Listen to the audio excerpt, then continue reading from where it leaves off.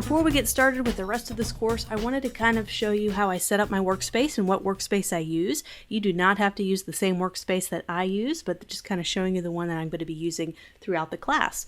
So I'm just going to go up to Window, I'm going to go ahead and click on Illustrator, go Window, Workspace, and I'm going to select Layout. So this is going to be the one I'll be using the most when doing my logo design work.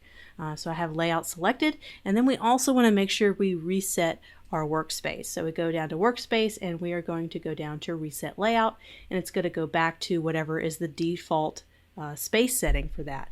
So I'm going to just kind of use some of these. I'm going to go ahead and keep them as is. There's going to be some that I'm going to be pulling out in the class and using more often, and we'll kind of get that throughout the class.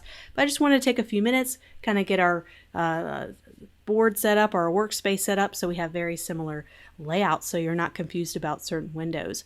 And some of you guys are very familiar with Adobe Illustrator. You're intermediate to advanced users, fantastic, you're ahead of the game. But for those who are just still kind of in the beginning stages, maybe you've played around with the pen tool and the shapes tool, some very basic things.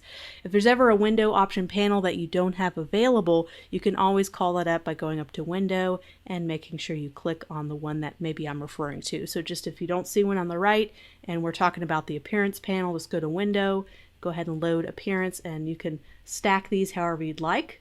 And so you can have different tabs and kind of arrange them however you feel like you're going to use them the most. And a lot of times throughout the class, my little cheat, I guess, to kind of speed up my workflow is I like to drag out windows so that if I'm really close to a certain area and I'm working right here, I'll have it very close by, so I don't have to go all the way over here to do options. So just don't hesitate to drag out windows and panels close by to your working space to kind of save you a little bit of time of having to dart all the way over here to the right each time. So just kind of a little hack there to save you some time.